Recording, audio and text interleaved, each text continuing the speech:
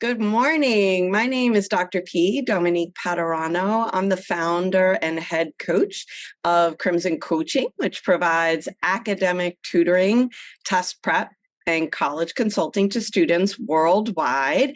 And I'm really excited today to talk to Brian Skinner, who is the founder and CEO of Breakout Mentors, which is based in California. So welcome, Brian.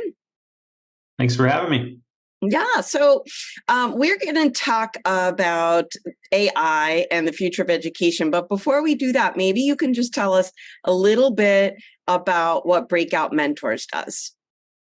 Yeah, absolutely. So we've been around for 12 years now, really focusing on one-on-one kids coding across various ages, but a lot of late elementary and middle schoolers doing their first time coding or coming out of summer camps and trying to go from beginner towards intermediate. And then just in the last few years, have had some really advanced students as well, where maybe we've worked with them for a few years, or maybe they learned somewhere else and are ready for that next challenge in high school. So we also have started doing a lot of AI projects, things that can be maybe college app, kind of capstone worthy. And then we also do some coding competition prep. The big one there is called USICO. So that's another way for students to really showcase their knowledge in computer science. That sounds so interesting.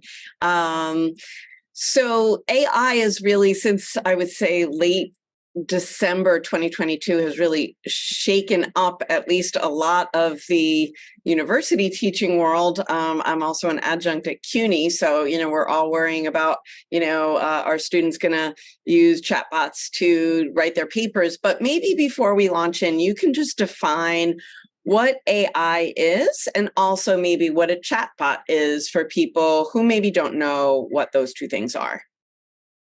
Yeah, absolutely. So AI is really just this big umbrella term that means computers doing something smart. And 20 years ago, that was like playing a game of chess. That was kind of the intelligence. More recently, it's doing a lot of things that we don't think of computers being natively able to do, like having a conversation, writing an essay, producing art, noticing, within images what's going on, like, self-driving cars are an example, because you have to notice, okay, is that pedestrian walking to the corner with intent to cross? How fast are they moving? So just a lot of different things that just don't seem possible for computers to do. But with this new technology breakthrough called machine learning, which is kind of a subfield of AI, a lot more of that's approachable. And then, as you mentioned, just in the last year, or even less, maybe, a lot of commercial products are starting to hit the market. Some of the most widely used are either chatbots or text generation engines, really. So the written word, somewhat broadly, but when you hear the word chatbot, that's usually like a back and forth conversation. So, and then there's things like ChatGPT, which are also good at producing long form responses, and those could be the 5-paragraph essay, for example, or a blog post that you might see online that has what are the 50 best activities to do this summer in New York City. Just pretty wide range of written word that's possible with AI. So a chatbot then is I put something into a text box, and ChatGPT or another chatbot will produce something from that. That's right. Okay, cool. So Obviously, the implications are pretty wide ranging, but as an expert who's teaching students, how do you think AI and chatbots in particular might affect the whole field of education in the next year or 5 years? Yeah, that's a really good question. I think, I mean, there's a number of ways we go with that. I mean, I think it might be good to start with some of the obvious things that are happening today. And then we can also look forward and say, okay, those are the products that are out right now, but what's coming, and where does this ultimately go? So today, a lot of whether a lot of teachers across middle school, high school, college were all of a sudden surprised to find out that, oh, maybe these essays that I'm receiving or these written responses were not produced by my student. Did you encounter that yourself? I've already encountered that in my spring and summer classes because there's I teach at a college where native English is not most students' native language, and when the writing just sounds a little too polished, I usually know it's probably not that student's actual writing. Right. Yeah. Yeah, and so there's concerns there. I mean, are they getting that practice writing? Is it plagiarism? Are they even doing the work at all? So the younger students, it's are they learning how to write? Are they going to become lazy or dependent on this tool? The older students, maybe it is more concerns around plagiarism, around are they even doing the work and the thought themselves? But I think one interesting parallel here is that maybe 50 years ago, calculators became readily available in math, and it was kind of an interesting turning point. I wasn't around then, but you can certainly imagine the math teachers going through a similar experience there. Like, oh, this multiplication problem I gave, did the student actually do it? And over time, they kind of grappled with that, and there's certain boundaries of like, when is it acceptable to use a calculator? Even though we have calculators, we didn't stop teaching how to do long division. It's maybe less important than it was, but the student still learns it. They have the boundaries of when they learn it. And then other times, it's perfectly fine and acceptable to use a calculator. Even in situations that maybe you wouldn't expect it. Like I believe on the SAT, you can still use the calculator. You can use a calculator. Is that correct? Well, the paper SAT that is going out of it's going to be discontinued at the end of this year. There's a section 3 where you cannot use the calculator, and section 4 where you can. Unfortunately, in my opinion, the digital SAT that's starting next year, students will be able to use a calculator on the whole thing. And I only say unfortunately because I have had the experience of asking a 16-year-old what 6 times 7 is, and she did this and came up with 41. And so, I'm a little bit Sure. old school like that. Sure. Yeah. So definitely some boundaries of like, when is it okay to use it? Are you still, is that student going to rely on it? But ultimately, for that portion of the SAT, or in the future, all of the SAT, it becomes a little bit more the problem solving, the concepts, the critical thinking. They give you a diagram or a word problem, and you're supposed to figure out, okay, how do I solve this? What numbers do I type into the calculator, even if I'm using it? And ultimately, that will probably become even more of the focus on the essays. Certainly it was, but can you produce subpoints that support the overall thesis that you're trying to establish? I think in that way, over time, those essays will evolve a little bit of like what is the goal of it. But it's gonna be bumpy for a few years as as these chatbots and ChatGPT get used more and more by students.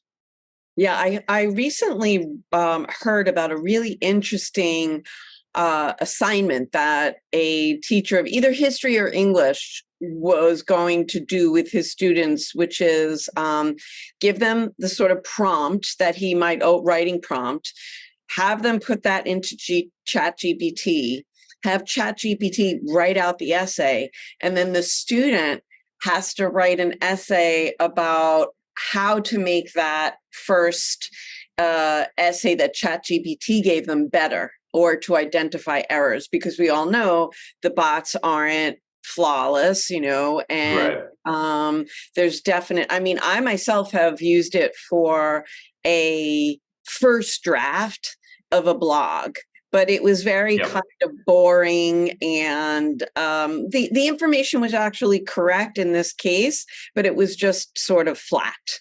So Right.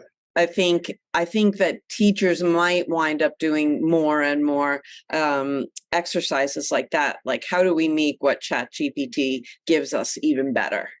Right. Yeah, absolutely. And I think probably one of the top use cases to teach these young students is thinking of ChatGPT as a useful brainstorming tool as well. Like, can you give me examples of someone who overcame this obstacle, or I'm writing about, or I read this book, Moby Dick. Like, what are the here's a major theme. Are there other books or quotes that would be useful for my essay, or just trying to really have that brainstorming partner, um, and then not thinking of it as, oh, it's going to write this fully formed essay for me that's going to be perfect, but there's things I can learn from it that will help. Yeah. So breakout mentors help students learn how to build their own chatbot. And what do you think in terms of either learning that skill or learning AI in general, and how to code? What does that do for students intellectually in terms of their cognitive development, in your opinion? Yeah, good question. I mean,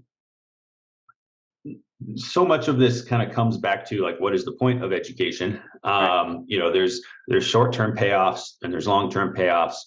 Um, One, I think, overall, learning to code is a very logical process. You're learning how to plan ahead. You're learning how to troubleshoot and just trace through some complex logic. So a lot of systems thinking. You're kind of stacking things on top of each other, and it's a skill that you know is tough to, in other realms you don't get a lot of. I think math, you get a lot of the logical reasoning, but maybe not a lot of those system things thinking. That kind of comes in more in engineering, maybe later on. But again, that's pretty tough in early education. So I think it's really valuable to develop those skills. It can be really engaging for students, and then looking forward towards, okay, what about AI specifically, not just learning how to code. um, I think one of our goals is to not just show the students like, okay, here's how you go from point one on the path to point two or three, and walk them through that, but show them like what is possible, like what is at the end of this path.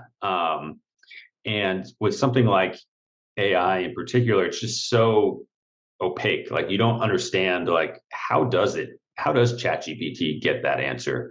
Um, and you might think like, okay, there's no way I could ever do something like that. But if you start on the path and you kind of show them like, here's what it looks like a little bit more, Here's how it's using data. Here's how you can use data to do something much more simple but still impressive. You know, they start to appreciate and understand, like, okay, maybe I can do this, maybe this is within reach. But also they start to see the world in a slightly different way, like, oh, you know, I saw I could do image recognition on a handwritten digit in this project, like a, you know, a check image scanner, uh, just deciphering what numbers are on the check. um, then they start to see connections across their lives, like what could AI be useful for, and you know, starts to get really powerful. Mm. I have to say, I wasn't thinking about when I put my own final exam essay question into a chat box. I'm getting some feedback from, I'm hearing like myself through your computer. Are you getting that? Uh, no, I didn't hear any, but I'll keep an eye out for it. Okay. So when I put my final exam question into ChatGPT, what I realized was I wasn't so impressed with, oh, it gave me a 5-paragraph essay, but how quickly it gave me the 5-paragraph essay. It gave it to me in a matter of seconds, which was just unbelievable.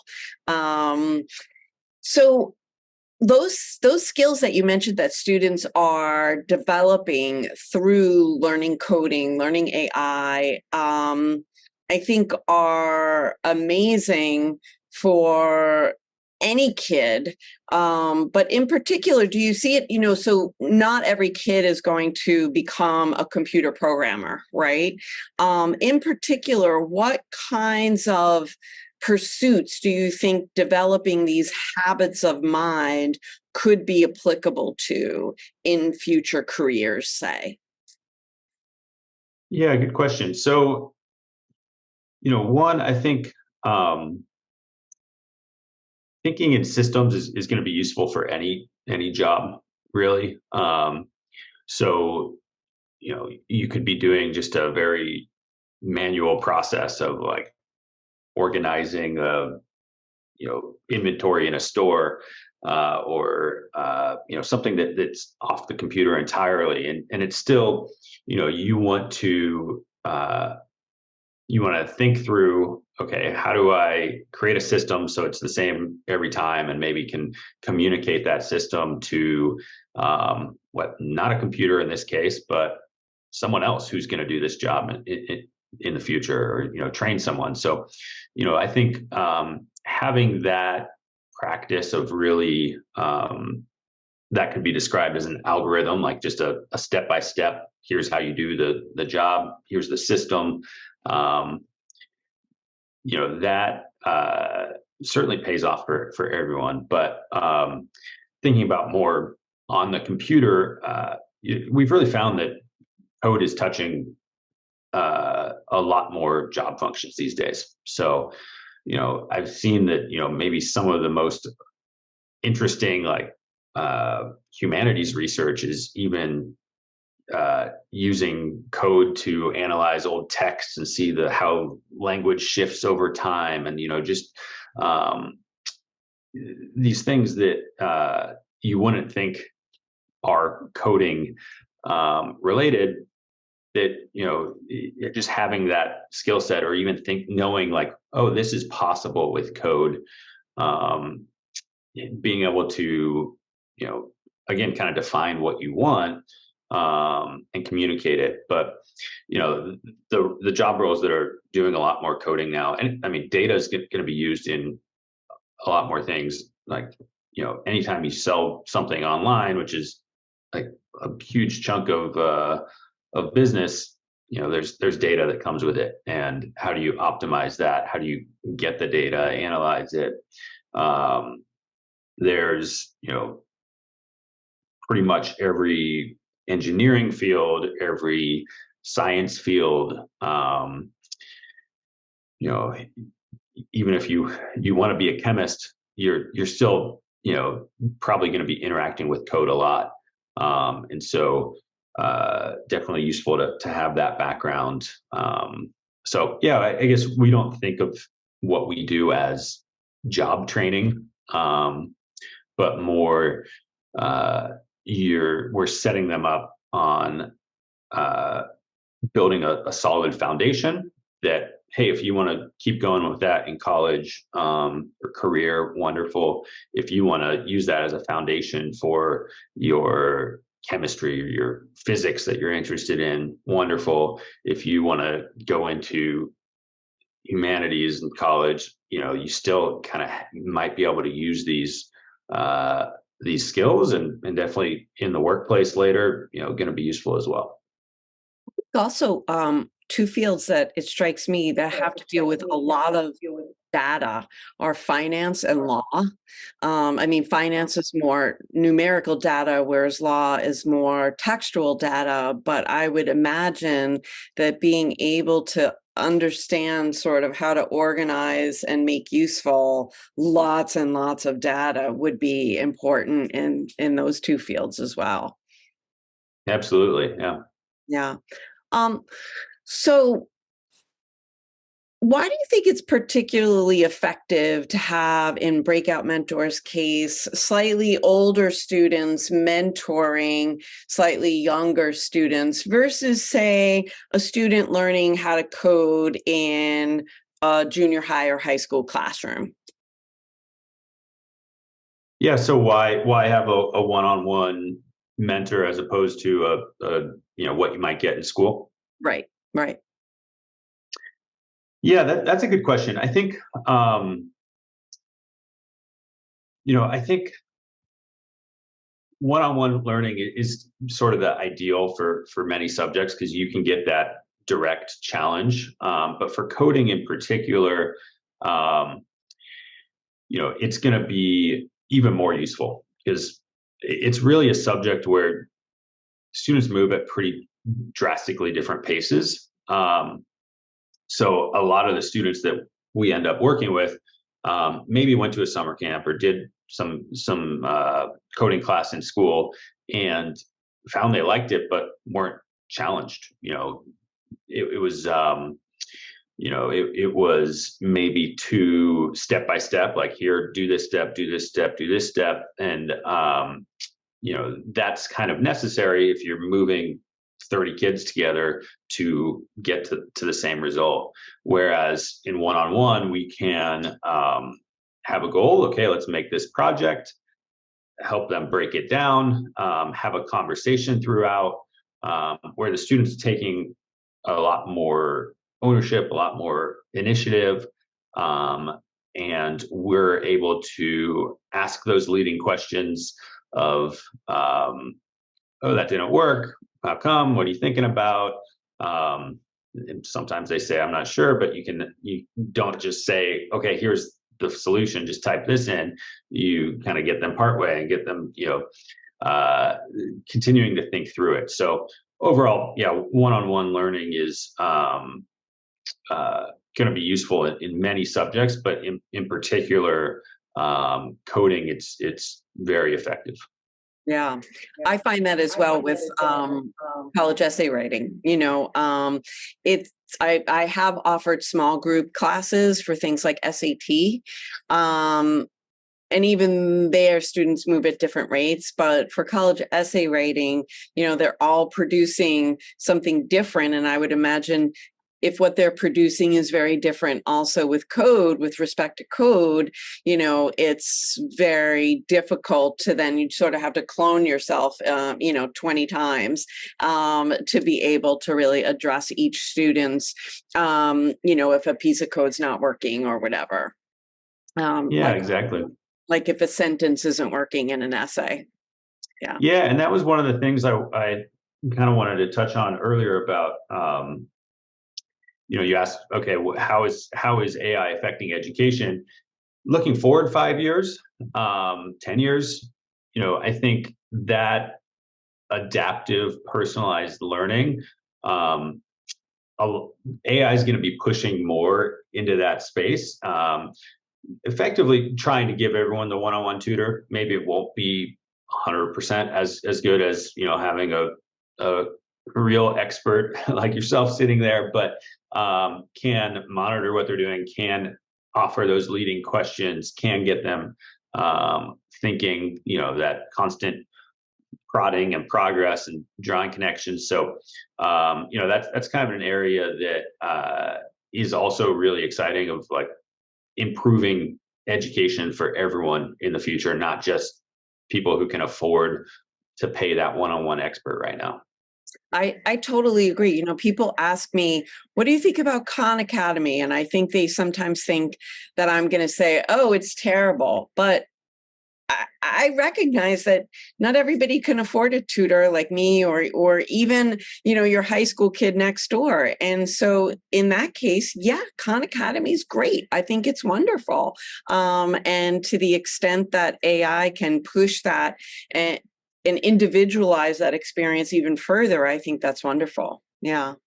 Yeah, that's right. Yeah, I think Khan Academy was really the first one to nail that. Okay, what is the adaptive, personalized pathway for everyone? And it's most apparent probably in math, but they have other subjects where just some people don't need to do that same exercise over and over again. And if you can notice that, jump them ahead, keep them engaged. Still revisit those old subjects at the right intervals, make sure they don't forget it. That's really apparent in math, but it's going to become hopefully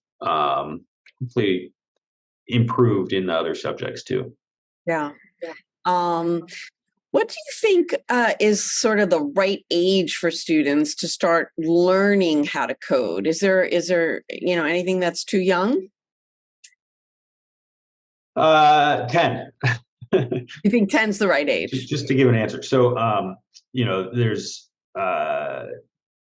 there's certain things that are possible younger. It's really just like establishing how do you communicate? How do you have a list of things that you're communicating, that are happening in order? Starting to, I'd say around age 10, most kids are going to be ready to handle a little bit more complexity. Where you have multiple things going on, you're stacking these different systems together that kind of feed into each other. Before that, if you try to do that, it's just not going to be that effective. And so there are a couple, kids we work with who are younger, but I'd say generally starting to think about it really late elementary, middle school is the right time to get into it. Yeah, that's a great. I haven't worked very much with elementary, but or very early in my career, I taught 2 gifted programs back to back, grades 1 to 3, and then grades 4 to 6. And I have to say, I mean, the first to third graders were very cute, but the 4th through 6th graders, you could just do so much with because they were, more developed. And on top of it, they were, as opposed to me who had been teaching high school kids, they were not jaded at all, in 4th grade yet. They were totally eager and they didn't mind appearing like, dorky kids. So I just love that age. Yeah, that's a great age. Right. Yeah. And then one thing I also like to mention is that, okay, if you reach 9th grade and you haven't done any coding, it's not too late. Yes, there's productive learning that's going to happen between 10 and 14, and you can jump ahead. You can have a great foundation. But, the high schoolers, they might not have as much time available, which makes it a little tougher. But, if you can put the time into it, whether that's high school, college, after college, then, definitely able to have a quicker learning pace and kind of catch up. And, so it's not too late. That's great. And one last question, because a lot of people on Crimson Coaching's Facebook page are East Coasters. I do have some people on the West Coast, but if people like I have an 11-year-old niece who loves anything having to do with computers, and she'd be really interested in coding. I think she's actually done a little bit already.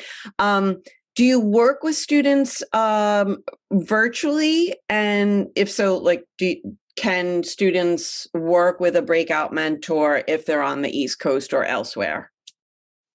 Yeah, absolutely. So we've switched to doing almost all online over Zoom, similar to this. They just kind of student shares their screen and it's a live conversation. So it's still that one-on-one experience. It's not a group lecture or video that they're watching.